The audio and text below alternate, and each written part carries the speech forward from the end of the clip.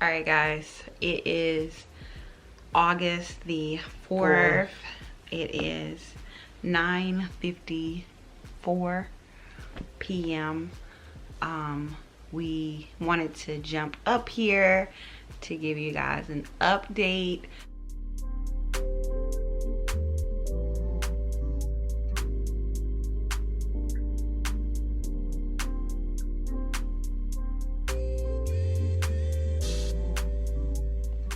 Thank y'all for coming back. Make sure you like, comment, subscribe. No, I'm kidding.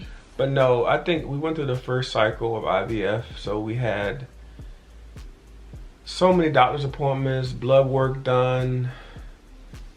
We started the injections, which was challenging in terms of just doing that every day when we had 2 different types of injections to administer. And I was Nurse Roundtree. Did I do a good job? Yeah, she did a great job. Yeah, so every injection she's had, I personally administered it. But went through the entire process, had 4 embryos, was our final number. And then we tested the embryos to make sure that they were genetically sound before doing a transfer. But unfortunately, all 4 of the embryos were not genetically whole, so we did not have a successful first cycle.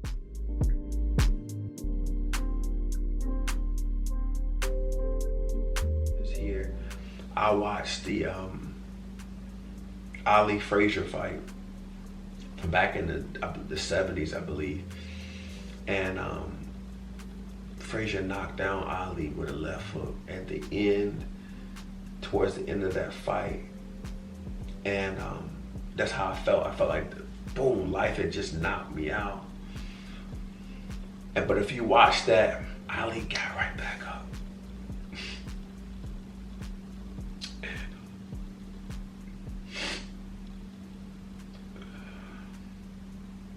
He got up so fast. I remember just like, I gotta get up. It's the biggest blow, but I gotta get up. I gotta keep fighting. And the reason why I watched that, because we have a picture in our home, our Wall of Fame Greatness room, and we got this picture of Ali, and my mentor said, "That's you."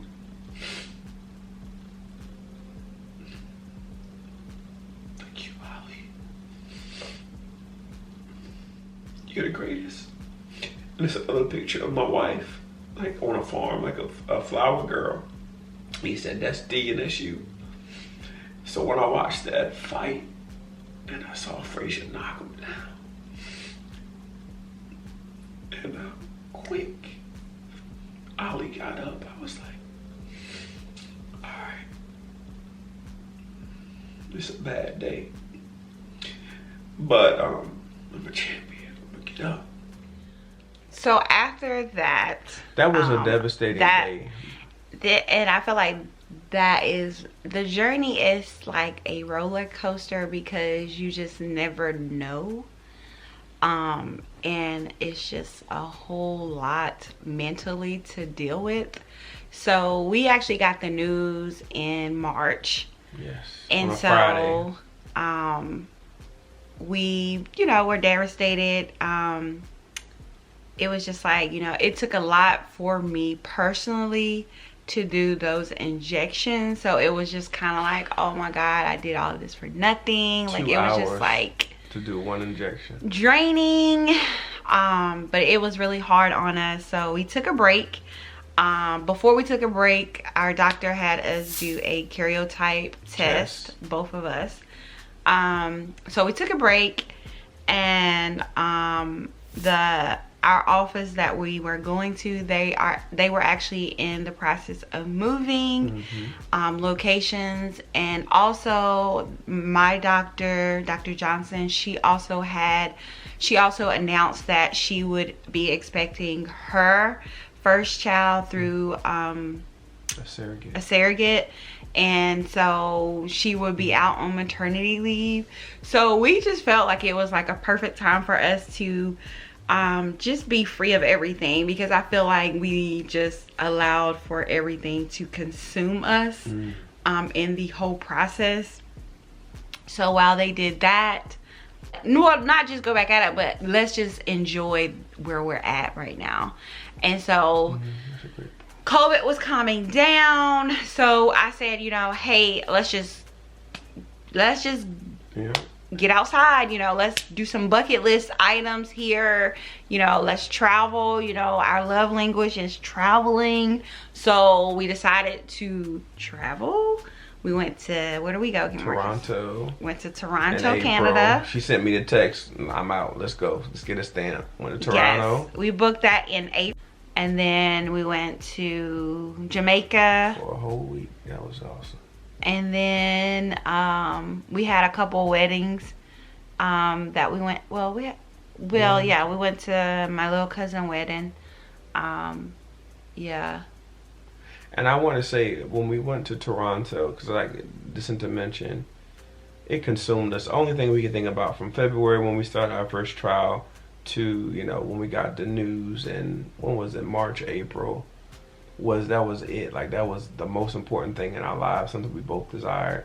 And when it didn't happen on the first trial, yeah, it was almost like a grieving period. Like, even talking about it now, it feels like it happened 4 years ago. Yeah, it feels like a long time because ago. the time and the weight of what we're trying to accomplish. But I remember when we were in Toronto, we went to this restaurant called Pie. It was a Thai place. And, you know, we were walking back, and I had a GPS on my phone, and Dee was like, turn off GPS, I know how to get home. And she's like, let me give you a tour of Toronto. This, and she didn't know nothing about nothing she was talking about. But it was like she was back. I was like, wow, my wife is back. Because, you know, we had been so consumed by this part of our life. But it was like the first time I could see, you know, her smile, her energy. And I was like, all right, you know, we needed this trip. You know, she's back. But that was a pivotal moment in Toronto for sure.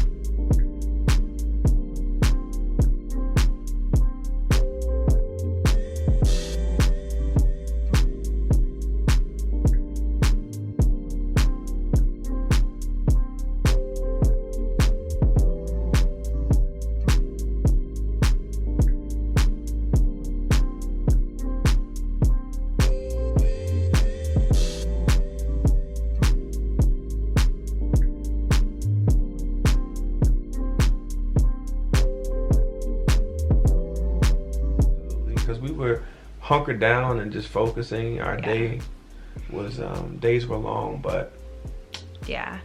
So here we are. But before we go into where we're at, I would say, you know, a tip that I would give is don't get caught up in the journey, because originally we had 30 eggs. And then by the time I got back home, I had 25. By the time they, you know, let me know 5 days later, we only had 10, or I don't know, but those numbers started to decline. So that also is an anxiety as well, while you're waiting to see like how many embryos you're gonna have it. Yeah. Then you have to send them off to get tested again. And tagging me back in. I think the advice I would give to someone, either your partner or your husband, is just try to stay even keel as much as you can, because with your partner, your wife, having those injections, all the medicine, like, it's extremely emotional. And if you can somehow try to be as even keel, because some days are gonna be better than others, some hours are gonna be better than others. But if you try to maintain your composure and give her grace as she's navigating all those different steps, it was something that really helped me after I think I got better throughout the cycle. But at the beginning, it was like, what in the world? What is going on? Like, we in this thing. But now as we look at the next round, now I feel like I have a different perspective. So I want to share that with the folks watching. Yes, so we start our second stem. Is it called stem? We start our second injections tomorrow. Get to the rest. Like, it's just like a finish line. Like, you can see the finish line. You know the steps. You're right there, but you're so exhausted. It's taking everything in you to push through. I've been going to a therapist, so I would recommend that therapist. Highly. They do have reproduction therapy, therapists available as well, and they do have, like, they are more knowledgeable about the terminology that goes on in the fertility world. But my therapist has been really good, because sometimes I'm not able to talk to other people about our journey, and so she kind of helps me, like, process, digest a lot of things that goes on a daily basis. So I'm really hopeful. I'm really, like, we can do this. All I would say is that on this journey, there are gonna be days where you believe 100%. There's gonna be days where you may be fearful, but you just need a mustard seed, just a little bit of faith, and God will do the rest. So just keep the faith, take it one day at a time. So like Dee said, celebrate the small wins, try to stay even keel as much as you possibly can. And the last thing is advocate for yourself. Like, when you're going through IVF, you're paying these folks a lot of money. Ask questions. If they don't answer your question, call them, because this is a very expensive journey, and you want to make sure you get the best quality for the dollars that you're spending. And so making sure you advocate for yourself throughout your process, so that you know what you're getting into, and making sure that you're making the best decision. But it's a special assignment. God chose us, and we're gonna finish it. Yes. So I don't know how, like, I don't know if I'll be, like, filming this around with the injections. I'm just trying to get through the injections, so I don't know how I feel about filming them. But we will definitely do check-ins like we did last time. When we're led to, I think, when you're led to, because those injections, we got some footage there, but I don't know if we'll do as much recording. Yeah, I think it's once we get to the next, the second part of we might, have more content, but we still gonna have injection. That's all right. Just keep us in your prayers. All right, guys. So see you guys on the next video, whatever that is. Yeah. Peace.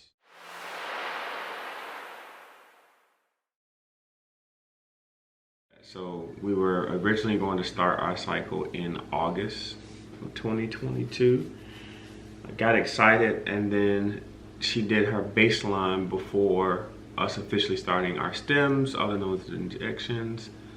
And we had to stop. We weren't able to move forward. Yeah, right. Because an egg dropped or something? Is that what? Right. Yeah, I think my levels from my blood work determined, I think, that I had an egg that released, so I wasn't able to start that round.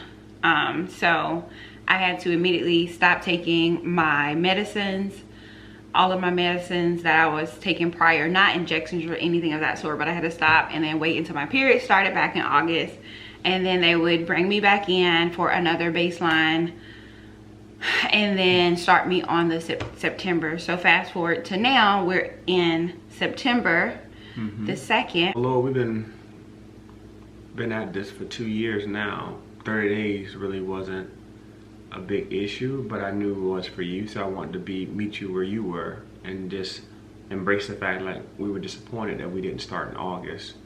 But I'm grateful when we got the call today. It was like, hey, everything looks good. And I think it gave a different level of appreciation for what we're going through. Like, every step, being able to go through each step, it kind of means more when you know it's not a guarantee. And so that gave us a different perspective, but I'm excited that we're starting officially the second one. Yeah. we took time off because our clinic was moving, as well as our doctor being on maternity leave. So we got to travel and do all the things that we love to do, spend time with our family. Like, we definitely utilized that time that we had outside. You know, especially since, you know, the world closed down and we haven't really traveled as much as we would like. And so we thought that this would be a perfect opportunity for us, because again, this journey can take a toll on you if you allow it. So I think for me, we had originally said, okay, well, we'll start September. All that, and it didn't happen, but it just made us stronger and more grateful for the second round, and more wisdom to be able to put into this second cycle. Yeah, so it is September the 2nd at 7:30. What's that? 7:36. Yeah, no, I can't see. I see that. So we just completed our first of many injections. We'll do the same types of medicine for 4 days, and then you go back in next Tuesday, I believe. Tuesday or Wednesday. Because it's Labor Day. To see what's going on in terms of how your body is responding to medicine, and then they may adjust it. Look at you being a pro. No, but the one thing I want to say, so my birthday was August 28th. We went to church, and shout out to our Bishop Hester and First Lady. And he didn't know we were coming to church at all. And he preached from a sermon, I think it was 2 Kings chapter 4, but when Elijah asked a woman that was well off, she had everything. She had home, she had resources, but the one thing she wanted was a child, and her husband was old. And Elijah said to her, this time next year, you're gonna hold a son. And when he preached that on my birthday, and when our bishop saw us after service, he said, come on now. For that word, and God just delivered. So we're just expecting that, you know, this time next year, we'll be holding our children. So that was deep. That was a word. All right. And so we just finished our first injections of our second cycle. How are you feeling? Oh, and it only took me 25 minutes to do 2 injections. Now, in the beginning of the first cycle, it almost took me 2 hours to do one, maybe. No cap. It was tough, but we had to come up with a system. So if you just start your injections, a system, breathing before you take your injections, like you have this, your doctor will tell you a specific time, like between 7 and 10. I would not take them right after work. Like, you need time to get yourself ready for the injection, but have a system. 1, 2, who says 3, let the person know that you're about to administer the injection. So once we got back into our system this time around, I feel like we were successful. Yes, I think for me it's the inject. I'm not scared of needles, because whenever I go to the ladies, like, I actually watch them. I actually watch them put the needle in. It doesn't even bother me, but it's for some reason, and I don't even know what the reason is. I can't even process why I cannot like look at the needle. Like, it's just, but I think that this is like a way that, you know, God is involving you in this process, because if I'm doing everything, this is my body, you know what I'm saying? Like, you don't really get to experience. I want you to experience the whole, like, you won't be able to experience the bloatness that I have, but you will be able to experience the emotional part of what it takes to get the medicines ready, get yourself together. Shout out to Kevin. Nurse Roundtree. We're gonna get you some scrubs. Yeah, so we about to order you some scrubs off of Amazon. Yeah, because nursing is our family business. But all right, guys, so we'll update you guys in the next video. Keep the faith. So today is September the 13th, and we did our trigger shot on last night, well, early this morning at 1 a.m. After we did the trigger shot, I think the name, I'll put the name over here with the 2 trigger shots that we did. So Marcus, you guys know, if you're new here, my husband gives me the injections. So Marcus actually read the instructions and did all of that. Until this day, I don't know how to mix any of the injections or anything. Last time the trigger shot was huge, but this time it wasn't even like big at all. It was like, it didn't feel big because I never look at the injections. But after he gave me the injections, my stomach was on fire. Oh my God, it was like tingling. I'm like, oh my God, I couldn't go back to sleep. We both were like tossing and turning. Finally, we got back to sleep, and then we had to wake up again. You know, I had to go to the doctor. Marcus had to go to breakfast with one of his friends, and then after the doctor, I had to log on to work. But I've been feeling so nauseous. I don't know what it was with those 2 trigger shots as well as the rest of the medicine that I was taking, but y'all, I feel so bloated, so discomfort. I feel like I have to use the bathroom, but I don't have to use the bathroom, and it almost hurts to pee, and like I almost can like feel something floating. It's so uncomfortable. So I've been laying here. I had training all day at work, so I'm so glad for that. I didn't have to talk to anyone. I just logged in and then logged back out. So I'm so thankful that I had a training day today, because I literally, whenever I sit up like this and my stomach is bent like this, it hurts so bad. It's like, so it's not comfortable at all. I'm trying to explain to you guys how I feel. Like, I don't feel like the bloated part. Yeah, I do feel like that on my period, but like I can feel something is down there, and I can feel that they're floating. They're doing its own thing. Has been so uncomfortable, but I'm not complaining, because the last time that they tested, did the baseline ultrasound, I had over 15 on my left ovary, and I had like, I think it was like 13 on my right. So I'm thankful for that. So I'm not even gonna complain if this is what I have to do to get Maxwell. I feel so different, and I feel at peace. I'm just taking I took off work tomorrow and then Thursday, because last time I did need a couple of days to, you know, give myself time to heal. And so I'm just gonna lay around trying to find like a Netflix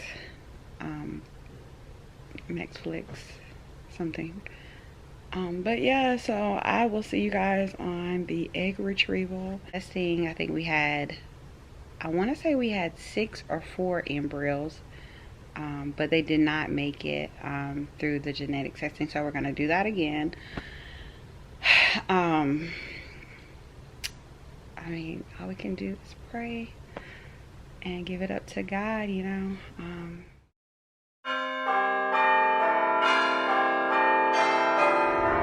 Alright guys, so we are on our way to the egg retrieval. How you feeling, Marcus?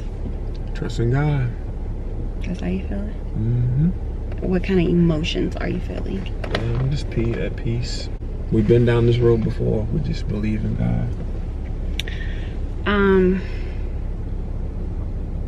I'm ready.